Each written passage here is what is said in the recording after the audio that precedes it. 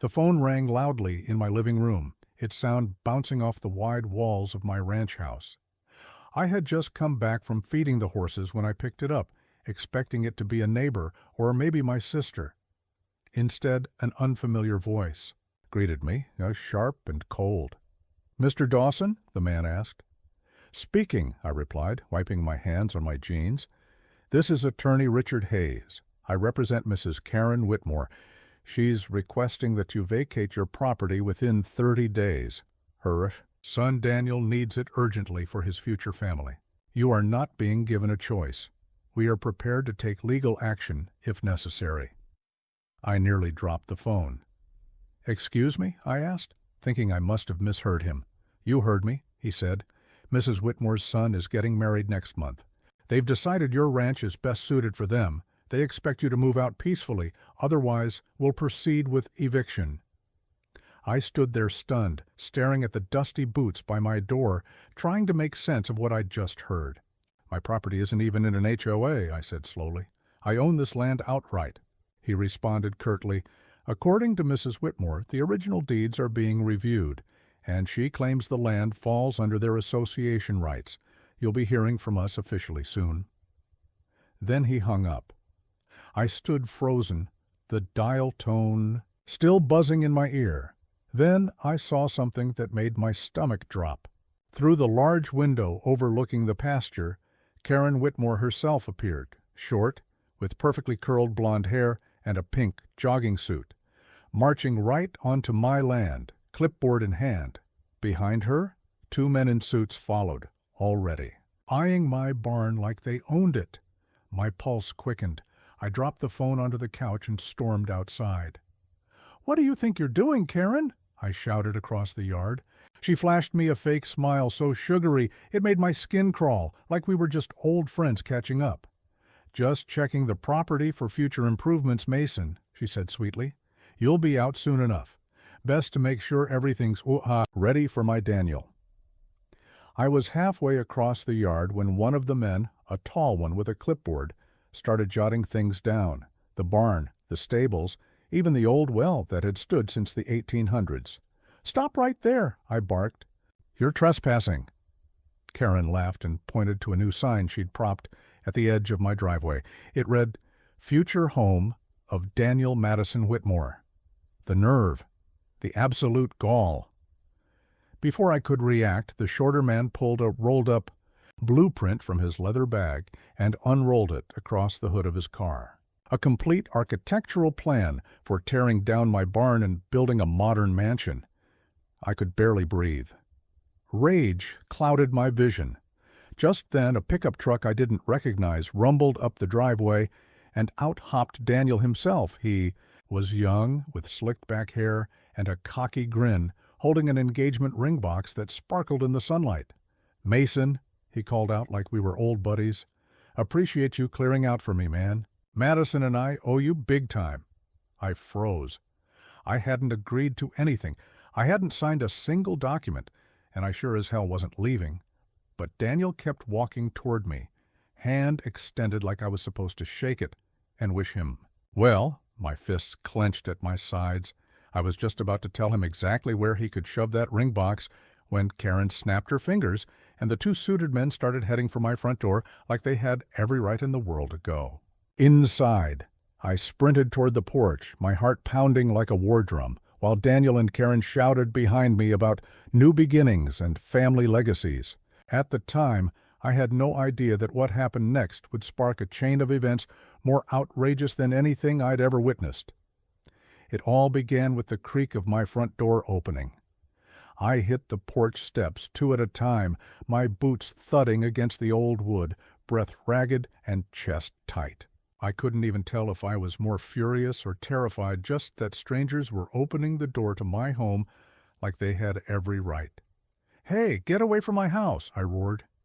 The 2 men in suits froze, one with his hand already on the doorknob. He glanced toward Karen, who waved him on with that smug little smirk, as if she already held the deed. "She doesn't own this house," I shouted. "You're trespassing. This is illegal." The shorter man muttered something about surveying rights, but I didn't give a damn. I stormed up the final steps, slammed the front door shut with a bang, and planted myself in front of it. "You set one foot inside this house," I said, my voice shaking with fury, "and you're going to regret it." For a split second, no one moved. Even Karen looked taken aback. Maybe she thought I'd just cave in. Not a chance. Then Daniel stepped forward, shrugging casually. "Come on, old man, don't make this hard. We'll give you a week to pack. 2, if you're slow." I stared at him, stunned. Was this real? Was he seriously acting like this land already belonged to him? My fists clenched tight, knuckles bone white. Every part of me wanted to throw them off my porch, but I held back. One wrong move and they'd twist it all, call the cops, and turn me into the villain. I took a deep breath, forced down the rage, and spoke in a calm, cold voice. "You have 30 seconds to get off my land before I call the sheriff." Karen gasped like I'd slapped her. "You wouldn't dare," she hissed. Daniel just chuckled, pulling out his phone. "Go ahead, sheriff's in our pocket anyway." That sent a fresh wave of fury through me, but I didn't let it show. I pulled out my own phone and started dialing right there in front of them. Karen's smug smile faltered. Daniel's laughter trailed off. The two suited men shifted uneasily. They weren't as bold as they'd pretended. Before I could finish, "The call," Karen snapped. "Fine," she barked. "We'll go for now, but this isn't over, Mason. You'll hear from our lawyer again." She turned and stormed off the porch like a spoiled child denied a toy. Daniel followed, muttering something about ungrateful geezers. The two men packed up their blueprints and clipboards and followed behind. I didn't move until they were all the way back in their cars. I waited until the last engine growled to life and they rumbled down my gravel driveway, a cloud of dust rising behind them. Only when the final car vanished over the ridge did I, finally, exhale. The ranch fell quiet again. Down by the stables, the horses grazed peacefully, completely unaware of the storm that had just blown through, or maybe just started brewing. I sank onto the porch steps, legs suddenly heavy and unsteady. What in God's name had just happened? Karen Whitmore, my overbearing HOA neighbor, who I'd barely ever exchanged more than a nod with, had just tried to steal my land. For her son, with a lawyer and a blueprint. It didn't feel real. Sure, Karen had always been pushy, bossing around the neighborhood like the HOA gave her a crown, complaining about lawn heights, barking about mailbox colors, nitpicking fence paint, like the world would fall apart over chipped wood. But never once had she dared set foot on my property. I'd always figured I was safe, since technically my ranch sat outside the HOA's jurisdiction. But now, it was clear Karen had decided rules didn't matter, not when Daniel needed a brand new home handed to him like a wedding gift. I ran a hand through my hair, wiping away the sweat and grit stuck to my skin. I needed help. I needed a plan. But before anything else, I needed proof. I pulled out my phone, switched to the camera, and started documenting everything. The sign. Karen had stuck at the edge of my driveway, the tire tracks carved into the gravel by her entourage's vehicles, the blueprints they'd carelessly left behind on the porch swing, annotated and marked up with smug little notes. It was all evidence now. If Karen wanted a fight, she'd get one, but not the kind driven by anger and fists. This would be smart, legal, bulletproof. The sun dipped low on the horizon, streaking the sky with pinks and oranges. The ranch looked peaceful in the fading light, but I knew better. This was just the eye of the storm. I headed back inside, locked the front door, and made a full round of the house. Every window, every back door, secure. I even latched the old wooden shutters my grandfather had crafted decades ago, back when the land was remote and you didn't always know who might show up in the dark. Maybe it was overkill, maybe it was paranoia. But something told me it wasn't. It felt right. Just as I was settling in for the night, my phone buzzed. A new text. Unknown number. You can't stop us. Daniel deserves that ranch. Prepare to lose everything. No name, no punctuation, no signature. But I didn't need one. I knew exactly who it was from. My stomach tightened, and a cold creeping Dread moved up my spine.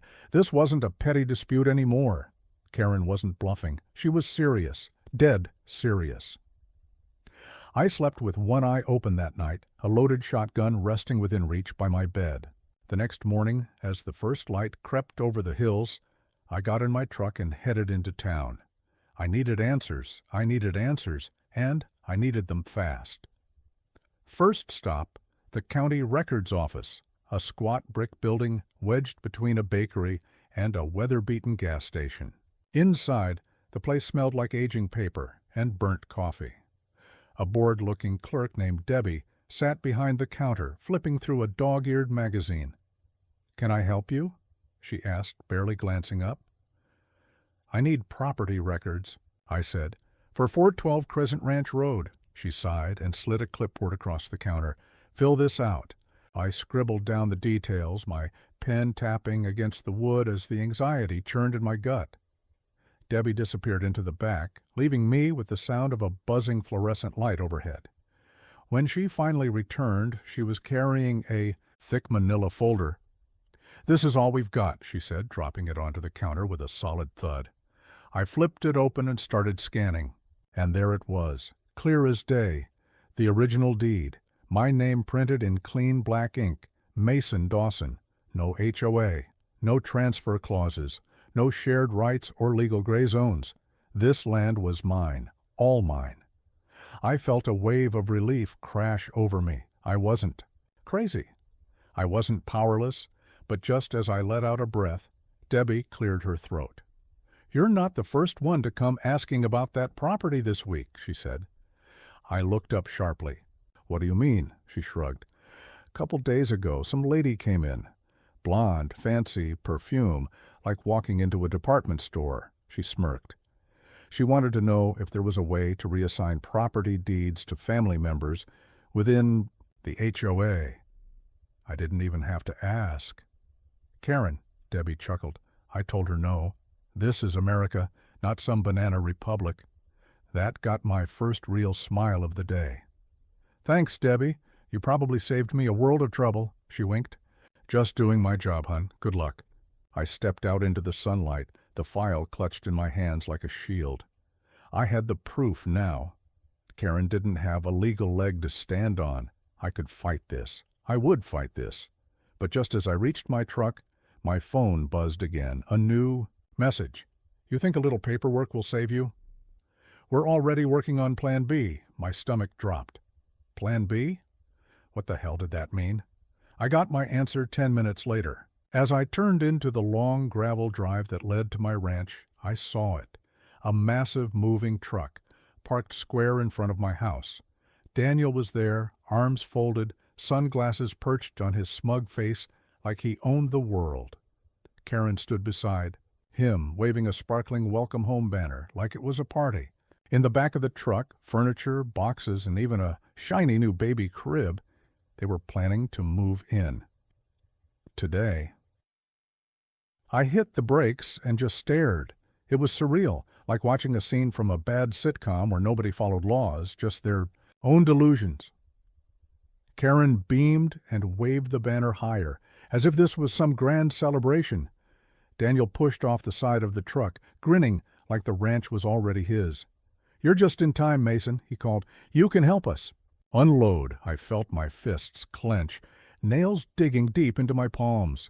Every part of me wanted to explode, but I knew I couldn't, not yet. If I lost my temper, they'd twist the story just like they had planned. I had to stay sharp, stay smart. The law was on my side. I just had to prove it. I walked slowly up the driveway, my boots crunching on the gravel. "What are you doing?" "Here?" I asked, trying to stay calm despite the tremble in my voice. Karen smiled proudly, like a mother showing off a prize. "We're moving in. Daniel and Madison are starting their life here. It's perfect.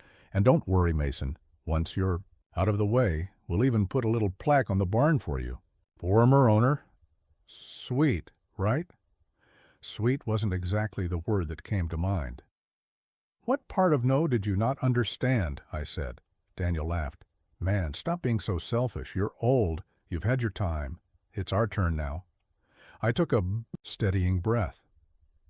You have no legal claim to this land, I said, holding up the property documents I had just picked up from the county office. This ranch is mine. Karen's grin widened, predatory. We'll see about that, she said smugly. You might own the land, Mason, but we control everything else. Water rights, road access, power permits. Let's see how long you last when all that gets cut off. A chill ran through me. Could they actually do that? Karen noticed the flicker of doubt in my expression and moved in closer. I already have the HOA board working on it. Once the complaints go through, you'll be fined. So much you'll have no choice but to leave. Daniel added, You can fight if you want, old man, but you're just wasting time and money. Movers started unloading boxes, carrying them toward my house like it already belonged to them. Rage surged in me, stronger than anything I'd felt in years, but I held it back. You're trespassing, I said in a low, tight voice. Every box you move is another charge. Every step toward my door is another crime. Karen laughed, thinking I was bluffing. That was her mistake. I pulled out my phone and hit record, capturing everything. Karen, Daniel, the movers, the truck. This is evidence, I said loud and clear. Proof you're trespassing, proof you're trying to steal my home. Karen's smile faltered. She hadn't expected that. Daniel sneered. You're pathetic, old man. No judge will take you seriously. We'll say you invited us. We'll say you promised us the place before you lost your mind. That was the moment I knew they weren't going to stop, not until they took everything. And I decided then and there I wasn't just going to defend myself, I was going to fight back. But first, I needed help. Without a word, I turned and walked back to my truck. Daniel jeered after me, and Karen shouted, Run along now, Mason. It's almost nap time. I didn't respond. Inside the truck, I locked the doors and called the sheriff. The phone rang twice. Sheriff's Department, a voice answered. This is Mason Dawson, out at Crescent Ranch Road, I said quickly. I need an officer here now. I've got trespassers trying to move into my home. There was a pause, then, Copy. That? Deputies are on the way. Sit tight, sir. I hung up and watched as a mattress was carried toward my porch. Not for long, I thought grimly. 15 minutes later, 2 sheriff's cruisers sped down the driveway, lights flashing. Daniel's face went pale. Karen dropped her banner, and the movers froze like deer caught in headlights. I stepped out of the truck and waved the officers over. Deputy Carter, tall and familiar, someone I'd known for years, got out of his cruiser and approached cautiously. Mason, what's going on? He asked, scanning the scene. I handed him my phone. Video evidence. They're trespassing, trying to move into my house. He watched a few seconds of the footage, his expression darkening. Then he turned to Karen, who was suddenly all innocence. Ma'am, you and your party need to leave this property immediately. Karen's jaw dropped, mouth opening and closing, like a fish gasping for air. But this land should belong to my son. He deserves it. Carter didn't flinch. That's not how property law works. This isn't up for debate. You're trespassing, and if you don't leave now, you'll be arrested. Daniel looked ready to argue, but one glance at Carter's hand near his holster shut him up fast. The movers scrambled back to the truck, tossing boxes in without care. Karen stomped her foot in frustration. This isn't fair. This isn't over. Carter moved closer. It'll be over when you leave, ma'am, and if you come back without a court order, you'll spend the night in jail. She shot me one last furious look before climbing into Daniel's truck. The moving van followed, kicking up dust as it disappeared down the drive.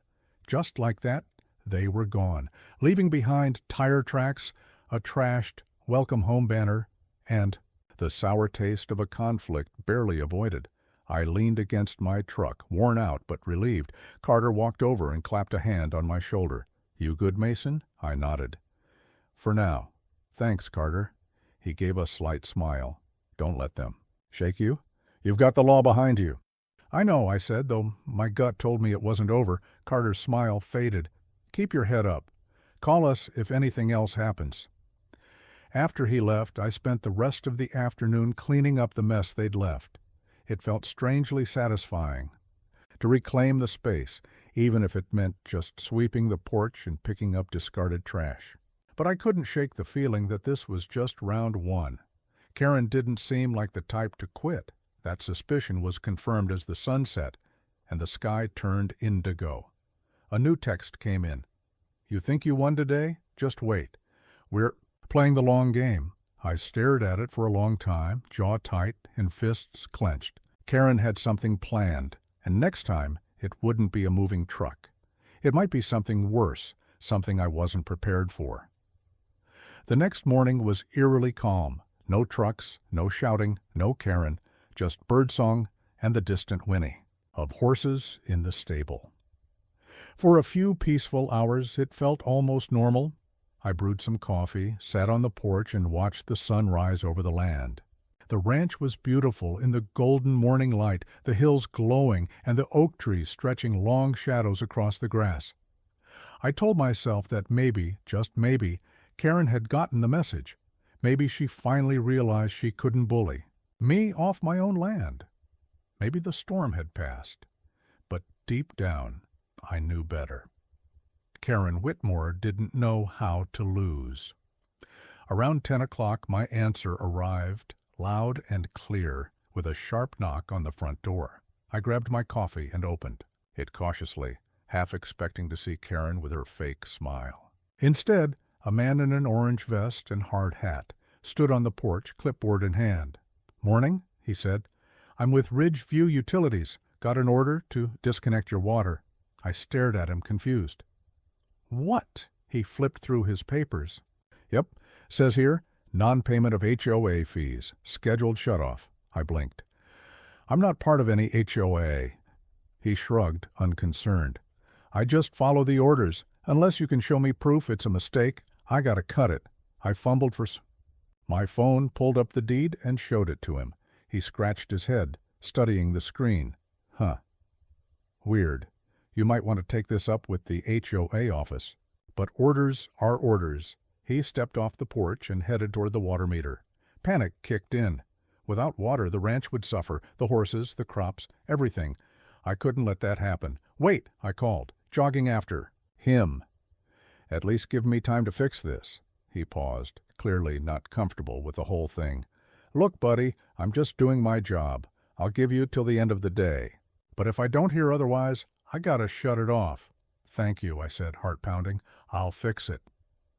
He gave me a sympathetic nod and drove off, leaving behind a swirl of dust. I didn't waste a second. I grabbed my keys and headed straight for the Ridgeview HOA office. The place was a polished fortress, marble floors, gleaming windows, and a polished sign out front that read, "Ridgeview Estates HOA, protecting your community." I parked in visitor parking and stormed inside. A young woman with a tight ponytail and an even tighter smile greeted me from behind the desk, her tone flat with rehearsed politeness. "Can I help you?" she asked, making it clear she didn't actually want to. "Yes," I said, trying to keep my temper in check. "You're trying to shut off my water for non-payment, but I'm not even in your HOA." She typed something into her computer and frowned. "Address?" I gave it to her. Her frown deepened. "Looks like your property was recently annexed into Ridgeview HOA jurisdiction." My stomach dropped. "What?" She nodded, tapping her screen. "Filed 3 days ago. Here's the paperwork." She handed me a printout. I scanned the page, and there it was, a forged document claiming my ranch had voted to join the HOA, complete with a shaky, unfamiliar signature labeled Mason Dawson. I almost laughed. Almost. It was so absurd it was insulting. I shoved the paper back at her. "This is fake. I never signed anything," she shrugged. "Take it up with the board." I didn't wait. I stormed past her down the hall, ignoring her protests. The boardroom door was closed, but I could hear the voices inside, Karen's. Among them unmistakable. "And once the water's off," she was saying, "he'll have no choice but to leave. He can't survive without it. No one can." Laughter followed. I slammed the door open. Silence fell like a hammer. Karen's smug grin froze mid-laugh. I walked straight to the head of the table and dropped my deed with a heavy thud. "This," I said, my voice like steel, "is the only document that matters." The board members looked uneasy. Karen stood, slowly smoothing the sleeves of her pastel blazer. "You're trespassing, Mason," she said with artificial sweetness. "This is a private meeting." I leaned in, close enough to see the fear flicker behind her eyes. "I'm not leaving until you fix this," I said, my voice low and firm. "You forged my signature. That's a felony. If you don't cancel that shut-off order, you're all going to jail." The board members exchanged uneasy glances, whispering among themselves. Mr. Jenkins, an elderly man with trembling hands, finally spoke up. "Karen, is this true?" Karen's smile stayed in place, but her eyes narrowed. "Of course not. Mason's just confused. Happens with age." I let out a short, dry laugh. "You want to test that theory in court? Because I've got the sheriff. On speed dial." For the first time, real panic flashed across her face. She turned to the others quickly. "Let's not jump to conclusions. There's no need to overreact." Mr. Jenkins nodded, eager to de-escalate. Yes, let's table this." But Nancy, another board member, stood up. "I move that we rescind the annexation paperwork immediately." The motion passed with no resistance. Within minutes, they had drafted a reversal document. I recorded every second as each board member signed it. Karen was the last, her hand visibly shaking with anger as she scrawled her name across the bottom. As I turned to leave, she leaned in and hissed, "You'll regret this." I gave her a cold smile. "I already regret ever trusting you to stay in your own lane." Back at the ranch, I called Ridgeview Utilities. The same guy who had nearly shut off my water picked up the phone. "All good, Mr. Dawson. Got the updated order just now. Your account's clear, no shut-off." Relief poured through me. I had won, for now. But, deep down, I knew this wasn't over. That night, while I sat on the porch watching stars scatter across the dark sky, another car pulled into my driveway. This time, it wasn't Karen or Daniel. It was a sheriff's cruiser. Deputy Carter stepped out, his face grim. "Mason," he said, "we've got a problem." I stood, dread pooling in my stomach. "What now?" He held out a sheet of paper, a court summons. "Karen's filed a lawsuit," he said. "Claims emotional distress, harassment, and illegally interfering with the transfer of property." It would have been laughable if it hadn't been so real. Karen didn't care about the truth. She cared about dragging me into court, bleeding, me dry with legal fees, stress, and time. Carter gave me a firm pat on the shoulder. "Don't worry. Anyone with eyes can see what this is. You'll win." But we both knew Karen wasn't in it to win. She was trying to wear me down, push me until I broke. And looking at the stack of legal documents in Carter's hands, I knew she might succeed if I let her. The court date came faster than expected. One day I was fixing fences and trying to reclaim normalcy, and the next I stood in the county courthouse clutching my file of paperwork, wondering how it had all unraveled. So quickly, I wore my cleanest jeans, a crisp button-up, and my old boots polished till they shone. I wasn't going to walk in there looking like I didn't belong. I did belong. That land was mine. The courtroom smelled of wood polish and paper, dry and still, like time itself waited outside. The silence was heavy, broken only by the occasional squeak of shoes against tile. Karen was already seated at the plaintiff's table with Daniel beside her, dressed like they were attending a red carpet event. Karen wore a blazing red dress and a string of pearls that screamed for attention. Daniel looked stuffed into a too small gray suit, scrolling on his phone like the whole thing bored him. Their lawyer, a short man with thick glasses and a slicked back grin, shuffled a stack of papers in front of him, offering a smirk that didn't reach his eyes. I didn't acknowledge them. I just took my seat at the defense table and waited. A few minutes later, the bailiff called, "All rise." The judge entered, a tall woman with steel-gray hair and eyes that could cut glass. She settled into her chair and said, "Be seated." Without looking up, she flipped open the folder in front of her and began scanning the pages. I braced myself. Round 2 had officially begun. She looked up and fixed Karen's lawyer with a pointed stare. "Mr. Davis, you're representing the plaintiff?" she asked. "Yes, Your Honor," he replied cheerfully. "And Mr. Dawson, you are representing yourself?" "Yes, ma'am," I answered clearly. She gave a small nod. "Very well. Let's begin." Wasting no time, Karen's lawyer stood, adjusted his tie, and launched into a dramatic monologue about the emotional turmoil Karen had endured. He painted her as a devoted mother who only wanted a home for her son and described me as a bully who had caused her anxiety, sleepless nights, and missed social engagements. I nearly laughed. The way he told it, you'd think I had been terrorizing Karen's property by night, shaking her windows and stealing garden gnomes. She sniffled at all the right moments, dabbing fake tears with a silk handkerchief, while Daniel leaned back in his chair, arms crossed, a smirk tugging at his lips. When my turn came, I rose slowly and addressed the judge with a calm, steady voice. I explained that I'd lived on my ranch for 20 years, purchased it legitimately, and had never been part of the Ridgeview HOA. I'd never signed anything to the contrary. Then I presented my evidence, copies of my deed, property maps, and the county's official records confirming I wasn't under HOA jurisdiction. I placed them on the evidence table, then looked Karen in the eye, and stated that I had video proof of her and her son trespassing, trying to move into my home, without consent and falsely claiming it as theirs. The judge examined the documents carefully. Karen's lawyer objected repeatedly, insisting the evidence was misleading and unfair, but the judge overruled every time.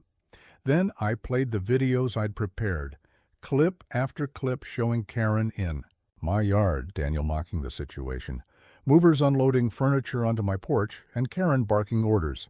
By the time the last clip ended, the judge's expression had hardened. Karen fidgeted in her seat. Daniel looked pale. Their lawyer shuffled his papers, muttering. The judge set down her pen and clasped her hands. "I have seen enough," she declared. "Mrs. Whitmore, your conduct has been outrageous. You had no legal right to annex Mr. Dawson's property, forge documents, or attempt to remove him." Karen opened her mouth, but the judge silenced her with a raised hand. "This court finds in favor of the defendant, Mr. Mason Dawson." Case dismissed. Relief washed over me like a breeze on a hot day. But then the judge looked at me again. "Mr. Dawson, if you wish to file a countersuit for damages, the court will hear it." I hadn't considered that. Part of me wanted to say yes, to make Karen answer for the stress, the insults, the sleepless nights. But looking at her now, slumped, defeated, and Daniel, no longer smirking, just empty-eyed, something shifted. I no longer felt anger. I felt pity. Karen had destroyed herself trying to destroy me. "No, Your Honor," I said quietly. "I just want to go home." The judge gave a faint smile. A wise choice. She struck the gavel, and it was over. As I left the courtroom, Karen didn't look my way. Daniel did. For a moment, something like regret flickered in his eyes before he looked away. Outside, the sun was shining, birds were singing, and the world moved on. I inhaled deeply, lighter, than I'd felt in months. I was free, the ranch was safe, or so I thought, until I got home. Sitting on my porch swing was a man I'd never seen before. Dressed in a sharp black suit and polished shoes, he stood as I approached and extended a hand. "Mason Dawson?" he asked. I nodded, already feeling the weariness return. "My name's Trevor Price. I'm a real estate developer," he said, extending his hand. "I've been trying to buy this ranch for a long time. Karen Whitmore promised it to me once her son was settled." I stiffened, already feeling the familiar heat of anger. Here we go again. I told him she was wrong. The land wasn't for sale. Trevor gave me a smile, all polished teeth and empty charm. "Everyone's got a price, Mr. Dawson. I'm prepared to offer you $500,000. Cash." I stared at him, stunned. $500,000. It was more money than I'd ever seen, more than I ever expected to.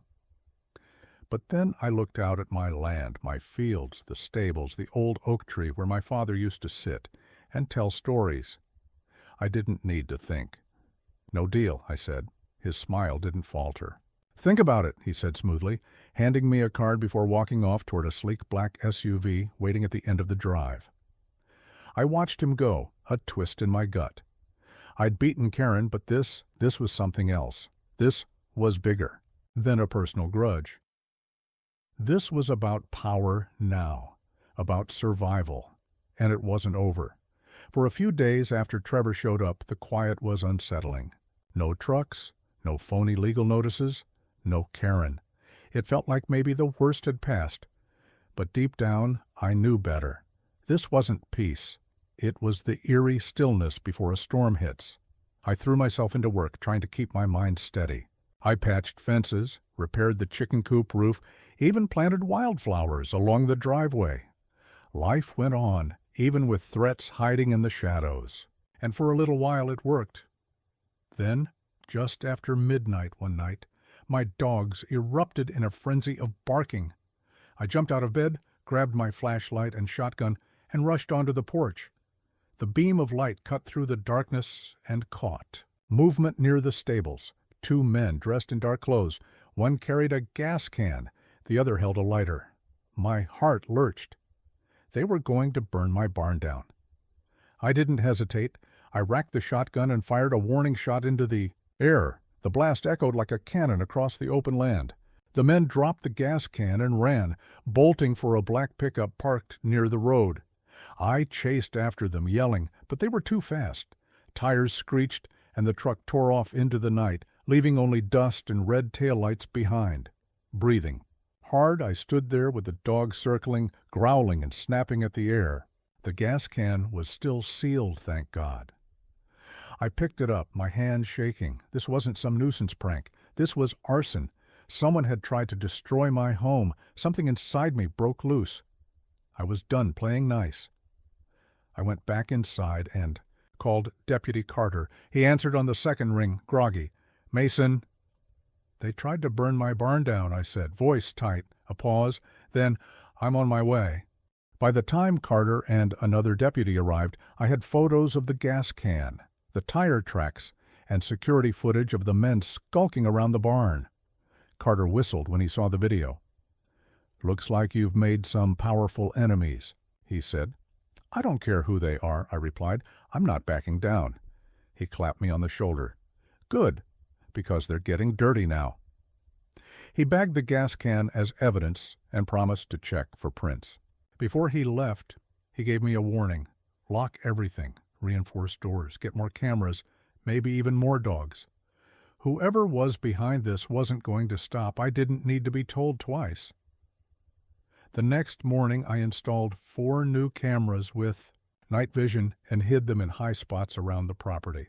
I reinforced the barn with steel bars.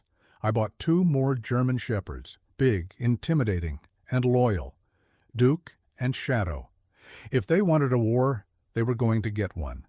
For a few more days, nothing happened. No strange vehicles, no shadows. In the night, no fire. I started to believe maybe I'd scared them off. But deep down, I knew better. Trevor Price wasn't finished, not by a long shot. A week later, a certified letter arrived from Ridgeview County. Inside was a notice of eminent domain. Trevor Price had somehow convinced the county to declare my ranch necessary for public development, a legal loophole that meant they could seize my land as long as they claimed it served the greater good. And right there, printed in bold, the proposed buyer was Trevor Price Enterprises. My stomach turned. Eminent domain was meant for highways, schools, not luxury resorts for out-of-town millionaires.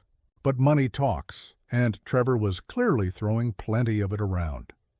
I drove straight to the county office and demanded a meeting with the director of land management. A pale, wiry man named Mr. Hargrove finally ushered me into his office. He looked like he hadn't seen the sun in a decade. I slapped the notice onto his desk. "This is illegal," I said. "You're letting a developer steal my home." He adjusted his glasses, barely looking up. "Sir, the county has determined Crescent Ranch is an ideal location for future housing development. You'll be compensated fairly." I leaned in, voice low and sharp. "This is my land, my family's land, and you're selling it to a man who sent people to burn my barn down." Hargrove actually smiled. "Prove it." I stared at him, a war boiling inside me. Rage, disbelief, helplessness. They didn't care about justice, they cared about money.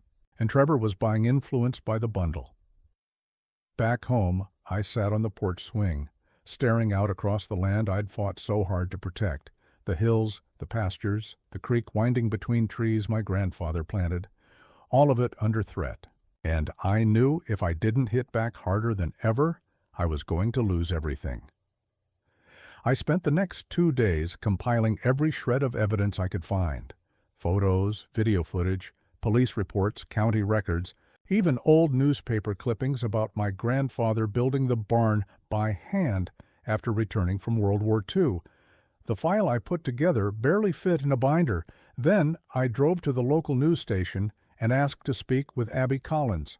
She was young, smart, and had a reputation for exposing corruption. I laid it all out: Karen's fake HOA ploy, the lawsuit, the arson, the eminent domain scam. By the time I was done, her eyes were blazing. "This is going to make one hell of a story," she said. 2 days later, it did. Local rancher battles corrupt developer in land grab scandal. The headlines exploded. The story went viral. People all over the county, and even across the state, were furious. They flooded the county offices with angry emails, phone calls, and letters. Protesters showed up at town halls waving homemade signs. "Save Crescent Ranch," they shouted. "Protect our land." Suddenly, the county officials who'd been so eager to back Trevor were scrambling. The pressure was on, and the spotlight was scorching. Trevor tried to spin it, claiming he was bringing progress to the area. Nobody bought it. His office was hit with protests, his face plastered across the news as the villain of the week, the rich outsider trying to bully a veteran off his land. And I wasn't fighting alone anymore. The community was with me. Within a week, the county withdrew the eminent domain claim and issued a formal apology. Trevor Price Enterprises lost several major development contracts thanks to the backlash. Millions of dollars gone in a matter of days. Karen vanished from Ridgeview entirely. Rumor was she'd moved out of state to live with a cousin. Daniel disappeared with her. Just like that, the nightmare ended. Almost. One evening, as the sun dipped low behind the hills, I stood on the porch watching gold light wash over the fields.